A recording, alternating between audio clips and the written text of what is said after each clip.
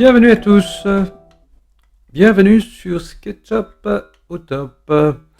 Alors, je vous ai préparé, enfin on va réaliser aujourd'hui, en ce début de semaine, un petit tutoriel sur comment construire rapidement cette pyramide à degrés. Alors je sais, d'inspiration un peu éclectique, entre la pyramide aztèque et le temple grec, mais bon, qu'importe, ça va nous permettre d'expérimenter, enfin d'utiliser des conseils que j'ai pu vous donner précédemment, enfin dans des vidéos précédentes, ou qui viendront par la suite dans d'autres vidéos, astuces et leçons. Bon, allons-y, on va commencer une session vierge de SketchUp. C'est parti, donc je pars à blanc, de 0, et on va commencer à modéliser la base de notre pyramide. On va partir, alors je vais vérifier mes unités pour être, oui, je suis bien en mètres. On va partir de là et on va se tracer les côtés de notre pyramide sur 20 mètres. On va se prendre 20 mètres, oui, c'est pas mal pour ce que je veux faire, voilà. Et on va commencer. Alors je vais faire une pyramide avec un, donc comme on l'a vu sur l'illustration, avec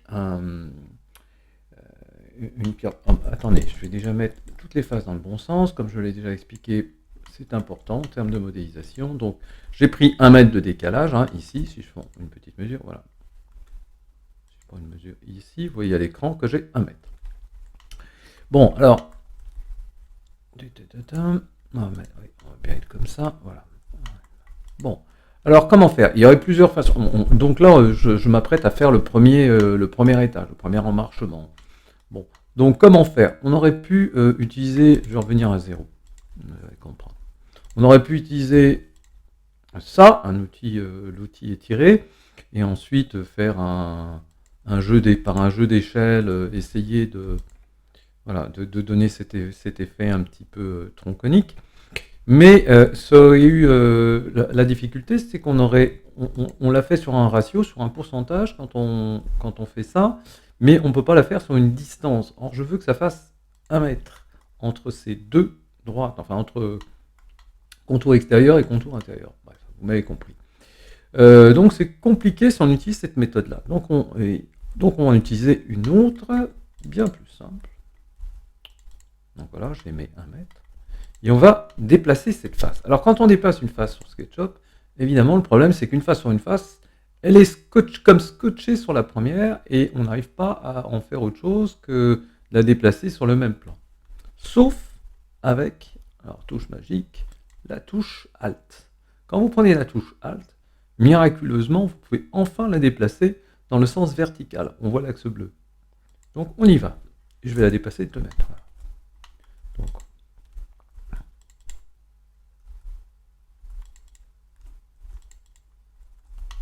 et je vais faire la même chose à l'étage au-dessus.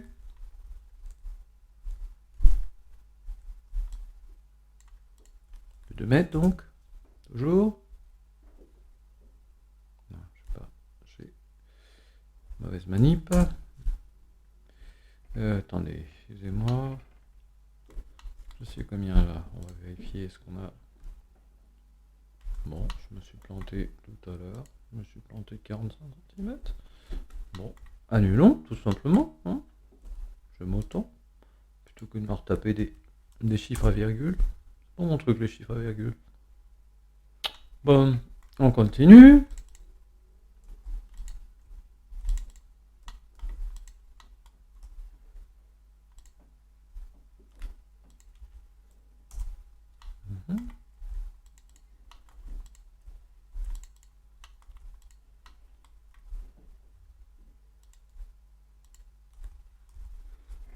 Voilà, donc notre pyramide est modélisée, la base en tout cas. Je groupe. On a le petit temple qui va rentrer pareil dans le même décalé ici. Donc là, je vais le prendre et je vais le mettre en dehors du groupe. Je vais le monter de... Alors là, on va peut-être... on va encore rester un petit peu comme ça. Ok. Donc il est en dehors du groupe. Hein. D'accord. Je le groupe lui-même. C'est juste histoire d'être tranquille avec avec ça. La colonnade, voilà, je l'ai mise à... Ah oui, là je vais changer d'unité, je vais repasser, comme je vais travailler sur des échelles plus petites, je vais repasser en centimètres, avec une précision de 5 centimètres. Tout ça, c'est pour nous faciliter la modélisation. Voilà, là comme ça, je sais que je suis à 20, je vais mettre là. Voilà. Je tape, donc j'ai une colonne ici. Donc celle-là, ok, donc vous voyez, je suis calé sur le bord, donc j'ai fait 20 cm. Ah oui, non, on veut que ce soit... Donc on ne veut pas qu'il y ait de face ici, parce que sinon, ça c'est juste des lignes de construction. Donc je veux pas que ça découpe le cercle des colonnes. Voilà, le cercle des colonnes, il est coupé. C'est toujours pas bon, donc ça veut dire que j'ai une face ou des éléments ici. Là, je gèle le groupe et je vois que je n'ai plus rien d'autre. Ok, d'accord. Donc là maintenant, je peux tracer mon trait, mon cercle, et mon cercle, voilà, génère une face. Il est découpé par rien autour, donc il garde son intégrité. Je vais réduire un petit peu.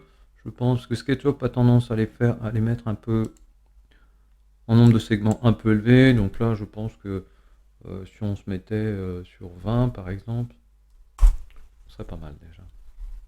Ouais. Alors on va en faire un composant, on va l'appeler colonne. D'accord. On va faire un réseau comme ça en divisant, comme vous savez, par 5 par exemple, non, divisé par 4. D'accord, c'est pas mal. On va toutes les sélectionner. Non, celui-là. Non, il y a peut-être pas les meilleures façons de faire. On va faire de façon tout à fait basique. Donc on doit être en symétrique, donc je fais à nouveau divisé par 4. Tac, tac, tac. Là, je fais à nouveau. Je fais diviser par 4. Là, là, je vais en avoir un trou ici, donc je vais l'enlever, sinon ça peut nous ennuyer tout à l'heure. Est-ce qu'on va... Oui, on va tout de suite la mettre en élévation. Tatin, on va faire... Ça, c'est quelque chose qu'on va faire un petit peu à l'œil. Hein, on est d'accord.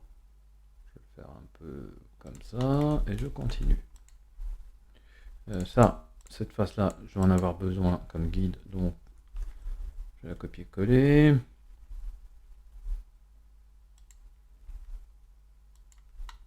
Voilà, qu'est-ce qu'on a d'autre? On a donc cette partie qui vient, ces éléments de linteau, on va appeler ça comme ça, donc qui viennent là et qui vont faire quelque chose, bon on va dire sur 20 cm à nouveau. Il y a un problème? Oui, il y a un problème, je suis décalé par rapport aux colonnes, donc j'annule tout.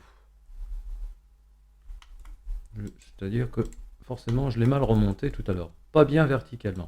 Donc toujours bien vérifier qu'on est bien vertical, l'axe bleu, et là je suis bien. Donc là, tac, tac. Je vais juste vérifier ça, je l'avais fait de quelle valeur?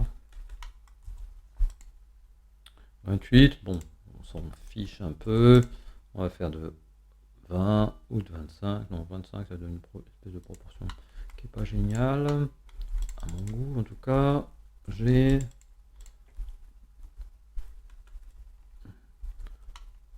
Je rentre pas dans les détails de tout. Vous allez voir. Alors ça, la partie corniche, donc un peu inclinée, je vais la modéliser de façon un petit peu particulière, par simplicité. Pour une raison de gestion, vous verrez. Je vais la modéliser à l'envers et la mettre en miroir ensuite. Donc,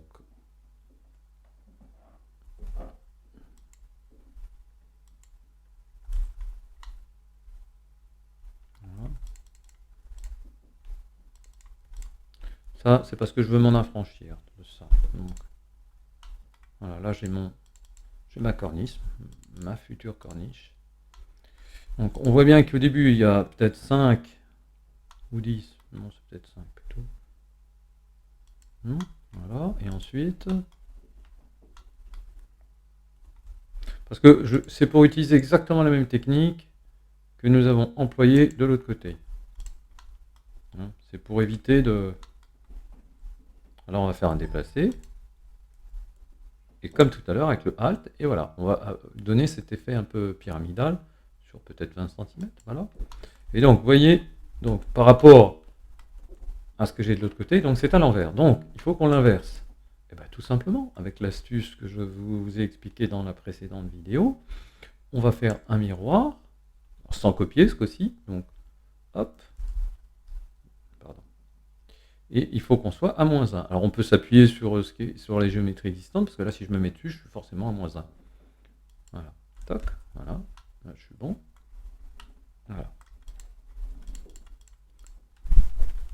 Là, j'ai besoin d'un point de repère qui va être, voilà, cet élément de départ, parce que je vais accrocher tout à cette valeur. C'est-à-dire que tout ça est très précis, il y a une espèce d'agencement architectural qui est recherché.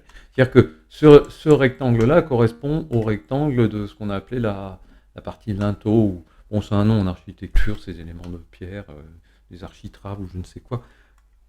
Qu'importe, on n'est pas là pour faire un cours d'architecture ancienne. Mais bon, voilà. Donc, je vais même faire ça, c'est juste un gabarit en quelque sorte. Donc, là, je vais monter mon. Ça, oui. Ok. Je vais monter mon. Comment dirais-je? Mon fronton maintenant.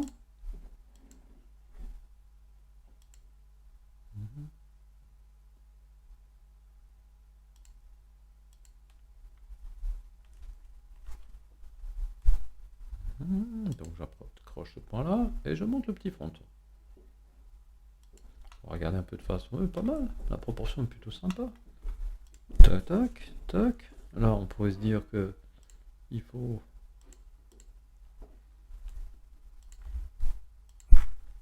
Voilà. Et puis là, bah, pareil.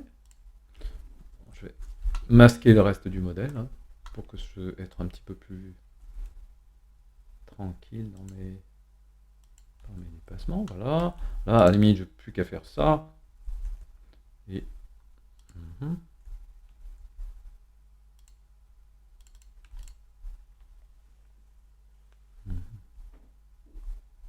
Voilà, si je fais ça. Ah oui, je voulais garder ce ligne là. Bon. À ce stade-là, ils n'ont pas beaucoup d'importance, mais bon, qu'importe.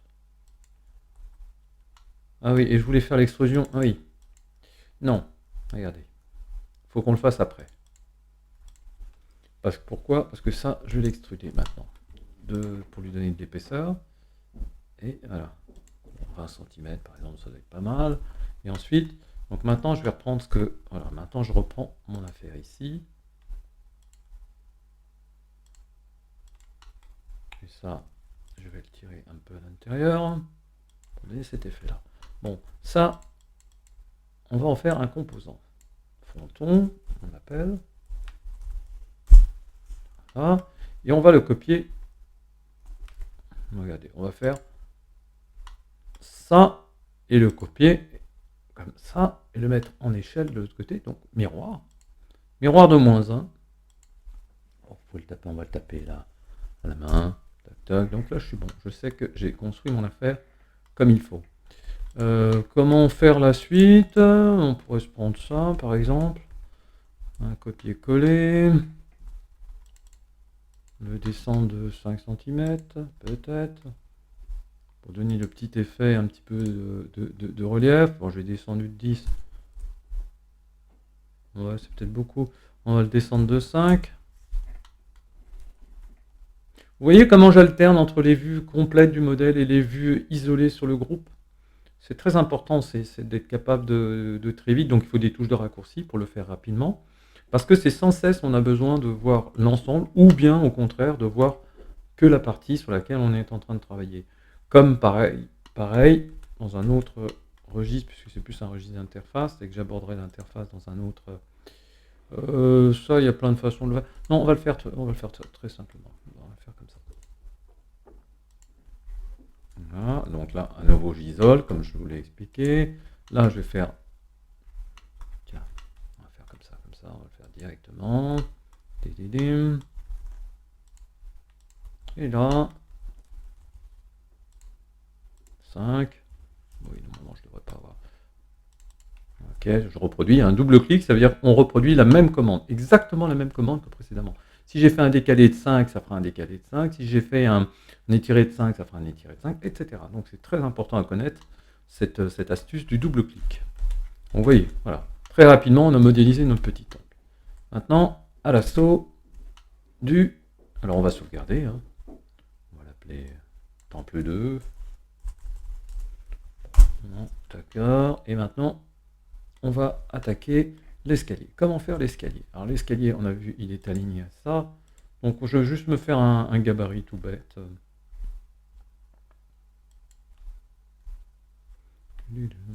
Ça, parce que ça me resservira ensuite, de toute façon, pour les marges.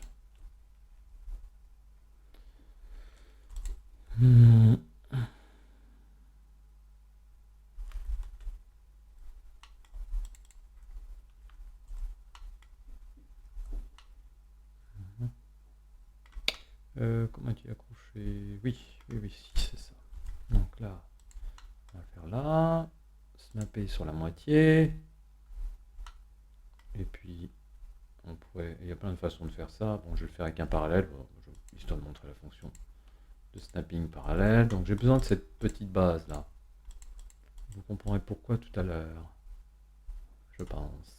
Alors, et là, on a un effet un petit peu de talutage. Et alors ça, G ou composant? Avec le composant, ouais,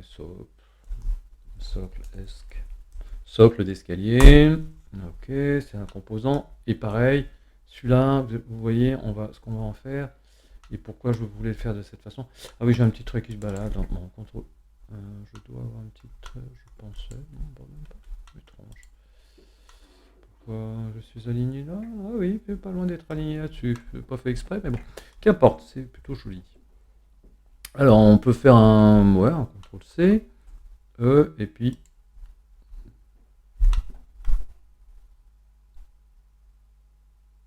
-1. Voilà. Ça va me permettre certaines choses, vous allez comprendre lesquelles. Donc, j'ai mon socle d'escalier. Là, celui-là, on va dire que c'est un composant. Composant. Et on va construire maintenant ça. Bon. Alors ça, c'est la marche. Hein, ça sera notre marche. Je vais la faire comme ça, vous allez voir. L'astuce. Tac, tac, tac. Pour l'instant, on se moque de sa dimension. Ce qu'on souhaite, c'est juste que se dire, il y en aura peut-être... Combien y en aura-t-il? 5 5x. Ouais. Okay. Bon, donc ça, c'est un composant qui s'appelle marche. Je vais le grouper pour pouvoir le mettre à l'échelle comme je le souhaite.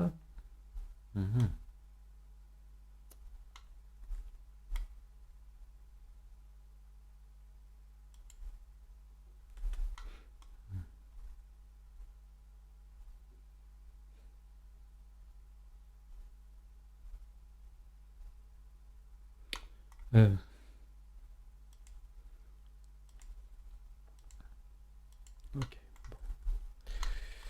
Et alors, on va grouper ça, ça et ça, et en faire un composant. Escalier. D'accord. Ce composant, évidemment, je vais le multiplier là 3x. Encore 3 fois. Bon. Voilà. Et j'ai mon affaire.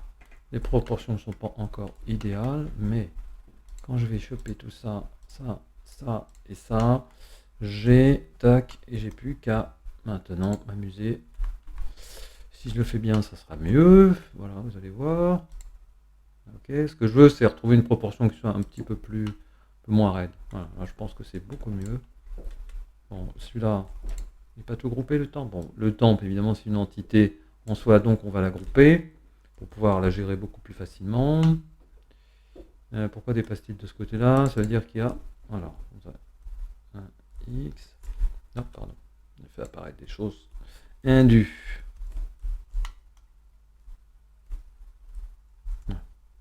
Là, j'ai un trait en trop, donc je l'enlève. Voilà. Vous verrez que là, maintenant, quand je vais faire un dépassé, voilà. Le volume, le cube, correspond mieux à la forme du temple. C'est ça qui m'ennuyait. Tout ça, ce sont des petits détails, hein, j'aurais pu m'en passer et puis aller beaucoup plus vite, mais c'est que par la suite, ça peut nous poser à un moment ou un autre si on fait des modifications sur le projet, ça peut nous poser certaines difficultés. Donc, sauvegarder, on change les matériaux, évidemment, tac, tac, tac, ça c'était pas mal pour ça. Donc, tac, tac, tac, tac. Pour la pyramide, je vais plutôt opter pour ça. Et pour le temple qui est au-dessus, on va revenir dessus. On prend un comme ça. Et voilà, vous avez la modélisation complète. Sans aucune difficulté. Ça, on le met dans le bon sens. Je ne vais pas trop m'attarder sur tout un tas de petites choses que j'aborderai plus tard et à votre demande éventuellement. Mais en gros, je fais un usage intensif des groupes.